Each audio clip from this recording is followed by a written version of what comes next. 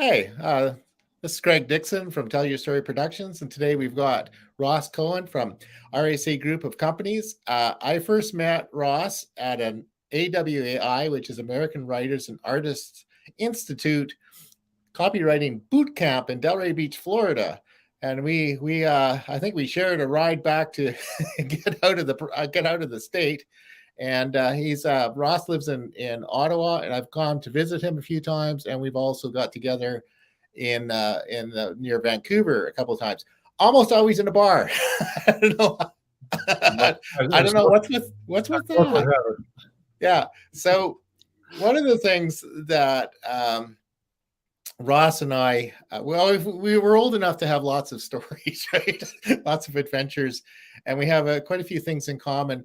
And one of the main ones is an interest in story. And Ross does a thing that I think I'm going to put this up on the screen here. Speech writing and coaching. You do much more than this, but this is one of the things that I'd like to talk about today. And you do something that you were calling Podium Productions. Do you want to explain a bit about that? Yeah, it's Podium Memories. Oh, Podium Memories. There we go. Yes, yeah, I caught myself. I wrote that once before, and I caught myself. There we go. So there we go. Greg, I said Podium Productions. There we go. Podium Memories. Under RAC Group of Companies, and if you go in on that, you might get a trucking firm. We're in the process of cleaning that up. I have 3 companies. Podium Memories is basically speech writing and coaching, editing plus. I do rewrites, and I've edited a couple of books in the past couple of years. And the third one is RAC Marketing. I taught marketing at Algonquin College and here in Ottawa for 20 years, part-time. I've lectured at Carleton University in marketing. And I guess, been fortunate enough to work in some 35 countries. And so very, very interested and involved in international trade. And my telecom years, of which there were 37, was spent internationally, good part of it. And then all of a sudden in the year 2000, telecom kind of went crazy, and Northern Telecom went out of business, and Newbridge got sold to the French, and so on. So I kind of reinvented myself, and I started writing wedding speeches when I was about 15 years old for adults. And they seemed to like it. And I've always had a bit of a penchant for poetry. So I guess over the last few years, I've written about 60 wedding tributes, mother to groom and father to bride. And I've been on Rogers Cable, and I've been on the CBC radio, and people seem to like what I do. And out of all those wedding tributes, and I've done other kinds of tributes as well, of course, the vast majority want it in poetic form when they've seen an example of what I do. So I really enjoy poetry, and that seems to be my main thing. Just 2 weekends ago, I was asked to co-host a 90th birthday party, cast of, must have been 80, 90 people there. And the tribute I gave was all in poetic form. And I'm going to have it done up on a nice laminated plaque with lovely pictures surrounding it, and it's going to hang on somebody's wall, and hopefully everybody will enjoy it and like it. Yeah, when I visited you in Ottawa, I think you had showed me one of your plaques that with when you had the poetry and the image, and I think it was somebody's retirement. I think the one you showed me was there a firefighter who was retiring. I've done a number of plaques, Greg. Yeah, I can't tell you which one we were talking about, but I've done a 65th wedding anniversary plaque, for example. And here they were the day they got married, and here's a picture of the day, and here's him at 5, and this is her at 7, and it's just a couple of thousand words. I do a very comprehensive interview, and then I put it all in, and I give it to them and say, change anything you want. Well, they changed one word, and that was the spelling of their daughter's name. And we had an unveiling. It's quite large. It's 2,000 words. I forget the dimensions. I'm sorry, but it's about 3.5 feet long and 2.5 feet wide. And I always put icons up in the top left-hand corner because he was in the Battle of Burma, navigator on Dakota airplanes, and I found a picture of a Dakota airplane, And he also won the battle on the Medal of Burma. So I found a picture of that. And she was a switchboard operator, the old time Bell switchboard operator. So I got a picture of that. So I try to make it really relevant in terms of their backgrounds. And when we had the unveiling to, it must have been 30, 35 people squeezed into their living room and dining room, and go through the formal process of hanging a nice silk drape over the tripod and a head unveiling, and people actually burst into tears. And we had the two daughters ready to read it, but they couldn't get through it. They'd start to choke up after a few lines, and then I had to jump in and take over. And we eventually read through the entire plaque. But yeah, that was the emotional impact that it had. And I've had that happen many, many times, Greg, when I do a special occasion tribute. I've written many people's lives and given it to them, and lots of stories there. But yeah, that's one way of, I guess, taking care of my creativity. I really enjoy learning about other people's lives. I'm actually writing a person's life story right now. And it's going to be in booklet form. And she's from Sweden, and she married a Canadian Scotsman. And we've had a lot of fun to this point in time. So I'm drawing her out. And so I have questions that people can think about and provide me with the information that I work with. So, and yeah, so that's the Podium Memories is all about speeches, and speeches on retirements and anniversaries and birthdays and all kinds of special occasions. And you alluded to it, getting through during helping the daughters get through, is you do a lot of coaching too for the presentation. I do a lot of coaching. Let me give you an example. This just happened in the past half dozen weeks. A gentleman knew about me, and his 30-year-old stepson passed away in Mexico. Very tragic, very tragic. And he called me up and he said, Ross, I need your help. So I went over, and naturally the whole family was in great anguish and distress. It was just a terrible thing, but we spent some time, and I spent an hour with him on a Monday, getting the rudimentary and fundamental components of what he was going to say in terms of a eulogy. And then another hour on the Wednesday, and then on the Friday, an hour and a half, basically taking the work that we had jointly developed and putting him up on a stage, if you will, and giving him a make-believe microphone and teaching him all about microphone technique and how to engage the audience and so on. He got tremendous, tremendous plaudits from that. Wrote me a wonderful testimonial. Said he couldn't have done it without me. And I get that a lot. Unfortunately, Greg, at at my age, so many people are passing. I'm going to a funeral on Sunday. Him and I are the same age. I've known him for 35 years. And so I've done a lot of eulogies. And most of them are in poetic form. Some are in prose, whichever the client wants. But it's always an anxious time for people. And what I seem to be able to do is to calm them down and get on their side and get information from them and turn it into something meaningful that they can present. Does that make sense? No, that's great. And that's fabulous. I have done similar things over the years. I've ended up doing quite a few more like slide presentations for memorial services. And somebody a few years ago hired me to do her birthday party. And so she gave me all her photos and we put together a little story. And then, but she had terminal cancer. So a year later, I was talking with the family, and we took that same presentation and we modified it to be for her memorial. So it's heartbreaking, but it's also, for me, I think it's a bit of an honor to be part of somebody's life and help share and preserve those memories for people. Greg, right on. And I'm delighted you told me that. And I knew you did that kind of thing. So that was a terrific example you gave me. If I can give you another example, it was about a year ago, a neighbor of mine passed away, and we knew each other reasonably well. I'd been in their home several times, but really our friendship was based on our pool, our swimming pool that we have. And anyway, he passed away, and his wife called me the day the evening before the service.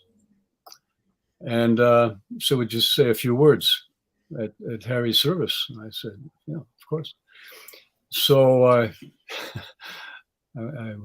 got up and early in the morning the following day, and I researched his clan.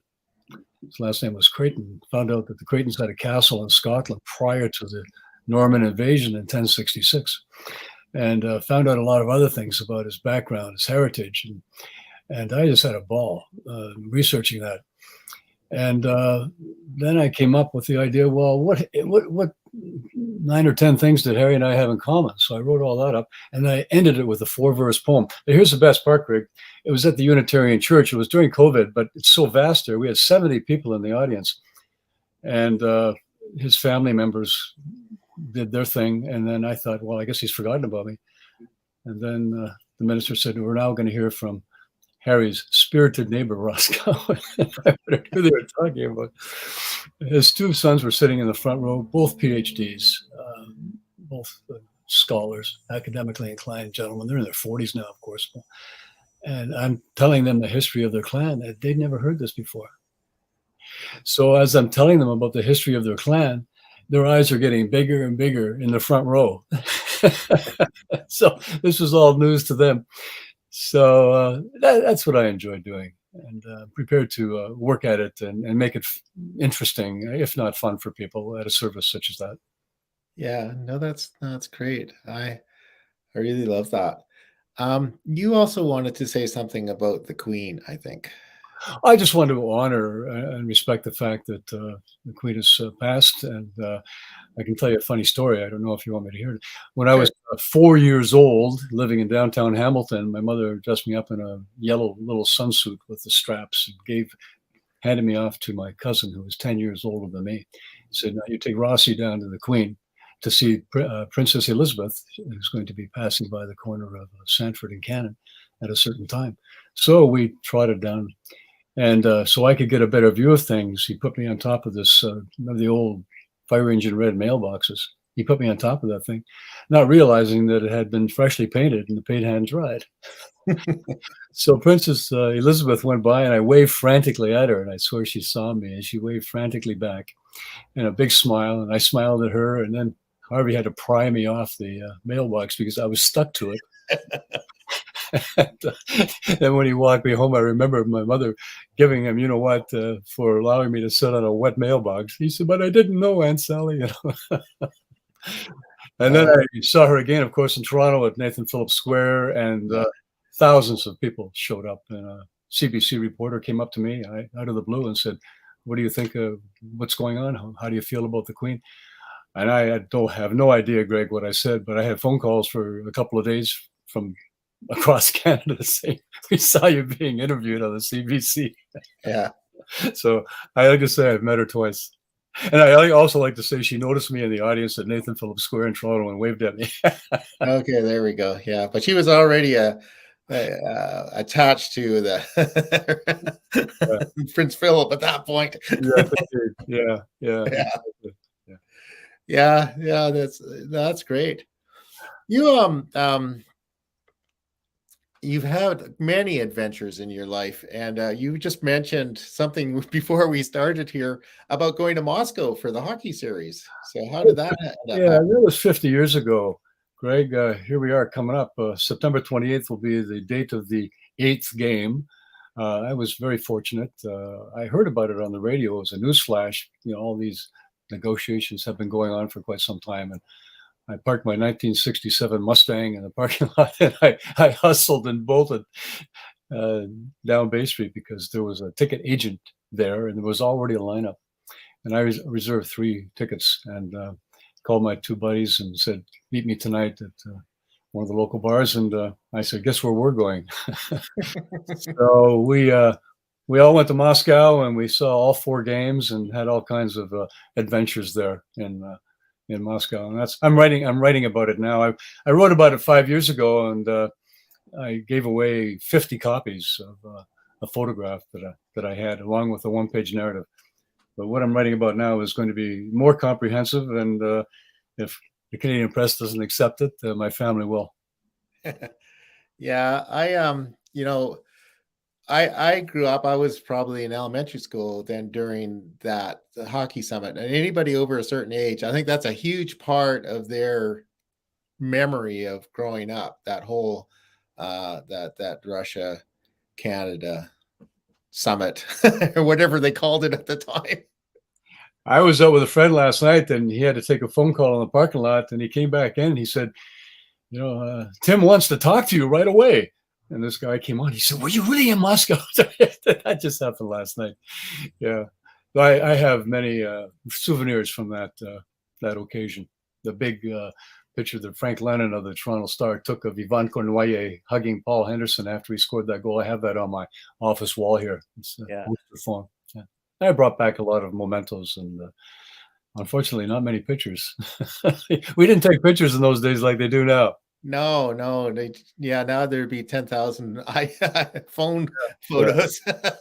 You'd have photos of everything. We went to that event. We had to win 3 out of 4 games, and the Red Army had never been defeated within their own boundaries. And Yeah, no, it was a battle. It was a severe battle. they won the first game, and we had to win the last 3. And Paul Henderson got the winning goal in the last 3. So last year on my birthday, my kids contacted Paul Henderson, and he went on video and wished me a happy birthday. So it's quite something. I'll send you a copy. Yeah, that'd be great. And I'm looking forward to your book when it comes out. Yeah. No, Everybody wants to write a book. Everyone wants to write a book. Yeah, I'm helping a lady write her book now of her life, and I've edited a couple of life story books. So it's interesting. The worst thing that can happen, Greg, is when somebody passes on and takes all their memories with them. And it's such a tragedy. So I always try to encourage people to talk to their mom and dad or talk to their grandparents and capture a slice of their life. Because once they're gone, their memories are gone, and it can never be recaptured. Yeah. So I'm in the business of capturing memories and preserving legacies. That's the business that I'm in. That's one of my businesses. And I think it's a heck of a fine business to be in. And so, I try to encourage people to, untap those resources that are just waiting. People just need to be asked. And I remember, Greg, going to a senior's home, and they treated me rather nice, and the chef was there, and he prepared a nice meal, and I had half a dozen of the people that reside there. And I started asking this lady questions, and she had an incredible background, fabulous career, and her 2 best girlfriends were sitting at the same table. And they just kept on saying, "We don't know. I didn't know that about you. I didn't know that about you."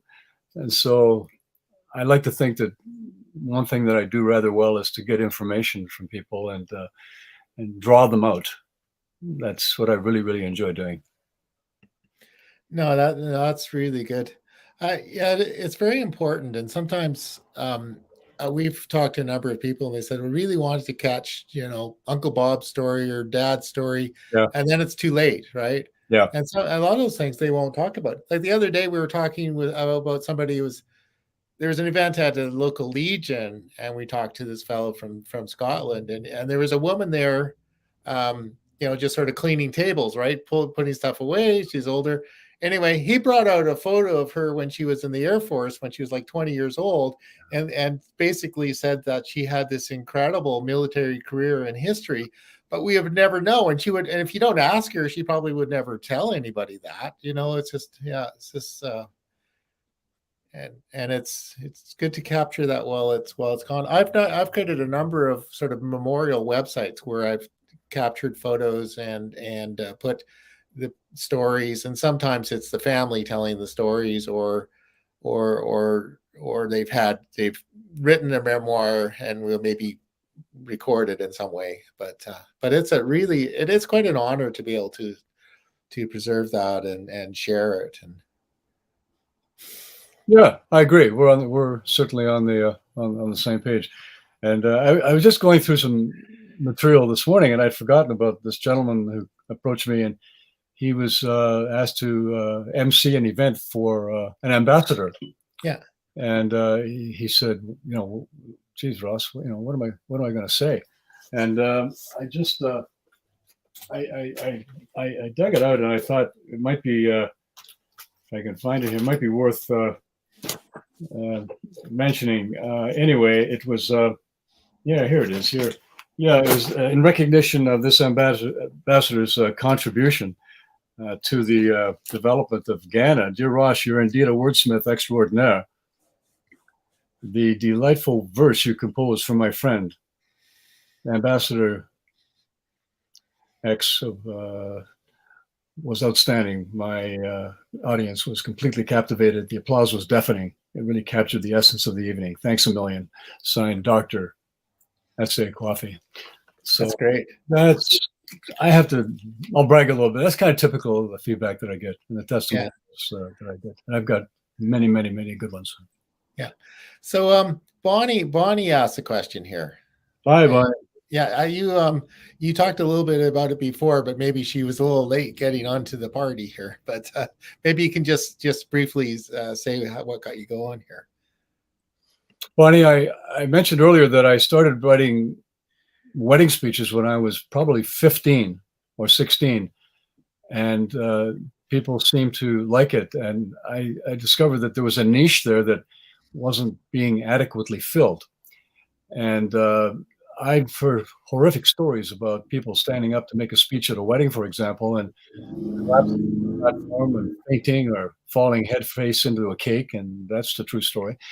And what I've been able to do is to really give them the confidence to present something that has value.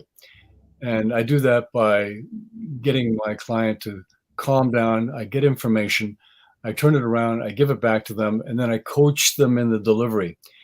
And like I mentioned a few moments ago about the gentleman who lost his 30-year-old stepson, I was able to get him to the point where he approached the podium with confidence and delivered a very, very successful tribute to his stepson. So that's part of it. I guess there's a little bit of psychology involved there as well. So it's fulfilling a need and delivering on that need. And I try to over deliver, if you will. And so far so good. And that's just one of the things that I'm doing. Of course, I'm vice president of marketing of a company here in town too, Greg. Yes, yeah. I know your LinkedIn profile has quite a few things. You're busy. Yeah. So we keep busy, in other words. We keep busy. Yeah, and Bonnie has another comment here. Yeah. So true. I was on CBC being interviewed, and I got a phone call the next day, and this fellow said, "Thank God I was listening to the radio." And I went to meet him. He was a bear of a man. He looked like a middle linebacker, for the Ticats. Yeah. And he was freaking out because he had to give a speech at his son's wedding.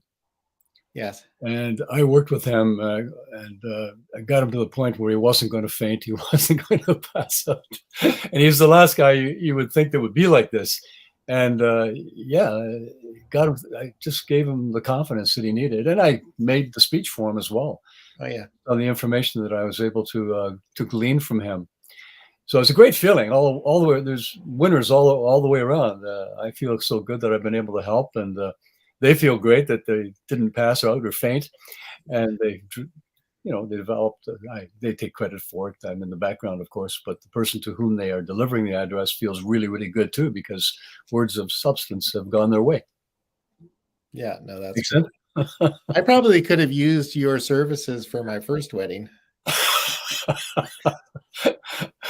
Well, Greg, we didn't know each other then. Yeah, so I thanked the bride's parents for renting me their daughter, and they said she's yours forever. She's not a rental. Turned out it was a rental, but anyway, that's a Freudian slip, probably. Oh my goodness! Oh, that's funny.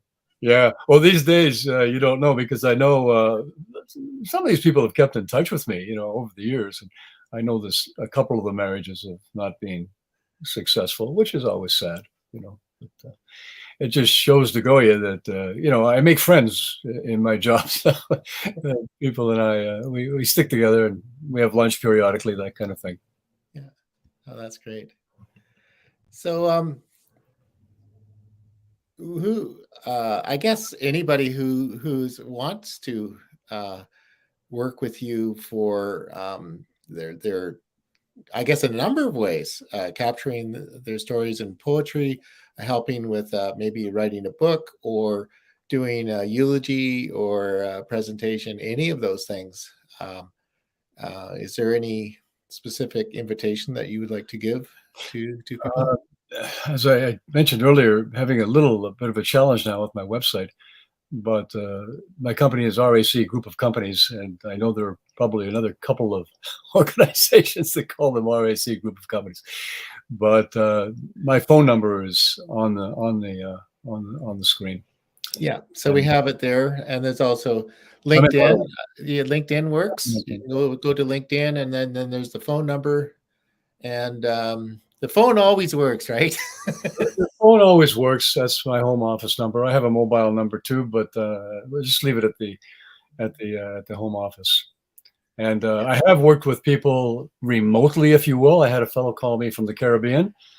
He used to work with the International Telecom Union. He said, "Mama's having her 80th birthday in Brooklyn, New York. Can you write something for me?" And so I never met her mother, and I just asked thousands of questions. And when he told his 7 siblings that his buddy up in Ottawa was going to write Mommy's tribute, they were pretty skeptical. But we pulled it off, and got the most wonderful tribute from one of his sisters. And when something like this, Philip, when you said that somebody that we didn't know up in Canada was going to do Mom's tribute, we weren't very happy about it. But by God, did he ever deliver? And Mom was so happy, and they were all elated at the end result. So it doesn't have to be next door or in Ottawa. Okay, no, that's fabulous. We're going to have to do this again. Tell a few more stories. I got lots of stories. No problem. I got lots of stories. Yeah, I lived in Yeah. Spain for 3 months. There's a lot of stories there. Ran with the bulls in Pamplona. A lot of stories there. Started a movie in the Spanish desert. Lots of stories there. Okay, I'm just a bad actor myself, but anyway, I can act badly. Yeah, I knew that about you. That's why I liked you right off the bat. That's why we got along. Yeah. Anyway, thank you very much for coming and sharing, and this is a lot of fun, and I think we're going to probably get together in the next year somewhere, probably in British Columbia. I hope, Greg. I have to get out there. As you know, my 2 boys live in British Columbia, and I've got 2 grandsons there as well. Yeah. And it'll be a pleasure meeting you and Bonnie again. And hopefully, it's sooner than later. Okay. Thank you Anyway, for having me. yeah. Thank you for having Thank me. you very much for being here. I appreciate it. I don't know if I Okay. look forward to seeing a rerun of this or not. Oh yeah, you'll be. It's kind of everywhere. Like everybody else will say, "Well, I forgot to say this, or I forgot to mention." Yeah. Oh, it's always, and actually, the funny thing is, I've been interviewed a couple of times, and it's usually the most offhand, incriminating thing that gets quoted. I know somebody you can hire. Yeah. Just sort of, yeah. Okay, that was interesting. Yeah. All right. Okay, I'm gonna sign off now, and thank you very much. And Thank you, and Greg, and you, thank you, Bonnie. yeah, we'll do. Okay, thank Forward you. very much. Okay, Bye. bye.